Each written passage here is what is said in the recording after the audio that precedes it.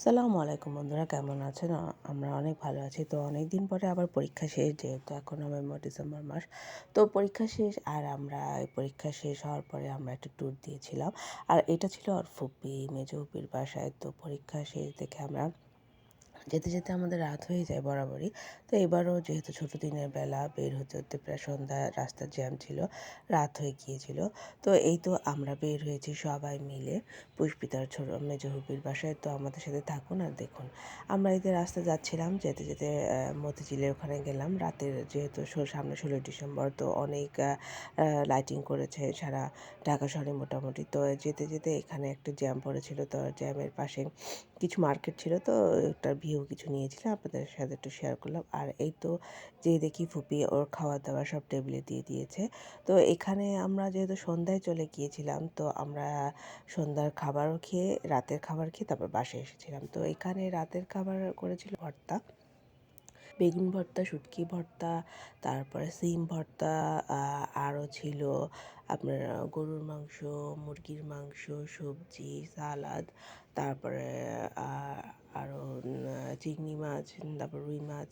তো অনেক খাবার ছিল এখানে। তো এক এক করে আমি আজকে আপনাদেরকে খাবার দেখাবো। এখানে কেক নিজের হাতে বানিয়েছে, ভাত ছিল, এই রুই মাছ, তারপরে এখানে বেগুন ভর্তা ছিল, তারপরে সিম ভর্তা, তারপর ধনেপাতা ভর্তা, বরবটি ভর্তা, তারপর চিকেন, চিংড়ি মাছ।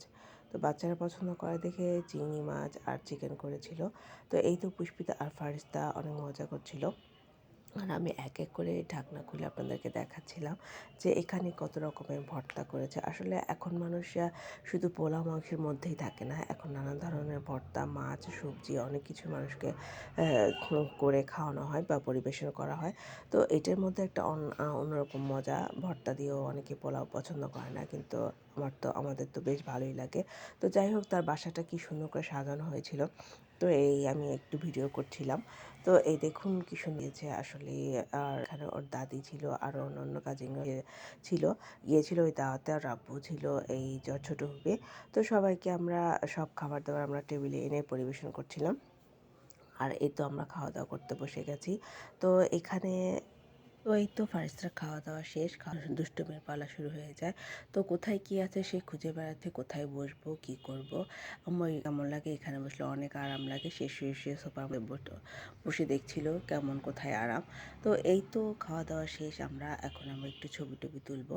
তো এই আমাদের খাওয়া দাওয়া ছবি তোলার পরে শেষে এখন সন্ধ্যার নাস্তা চলে আসবে। সন্ধ্যার নাস্তাতে ছিল আপনার পায়া, যেটাকে বলে গরুর মাংস দিয়ে করে বা খাসির মাংস দিয়ে করে, সেটা ছিল, নান ছিল, কেক ছিল, তো আর পাটিসাপটা পিঠা ছিল, পায়েস ছিল। তো অনেক কিছুই রান্না করেছিল। তো আমার ভিডিও যদি ভালো লেগে থাকে পাশে থাকবেন, শেয়ার করবেন। আল্লাহ হাফেজ।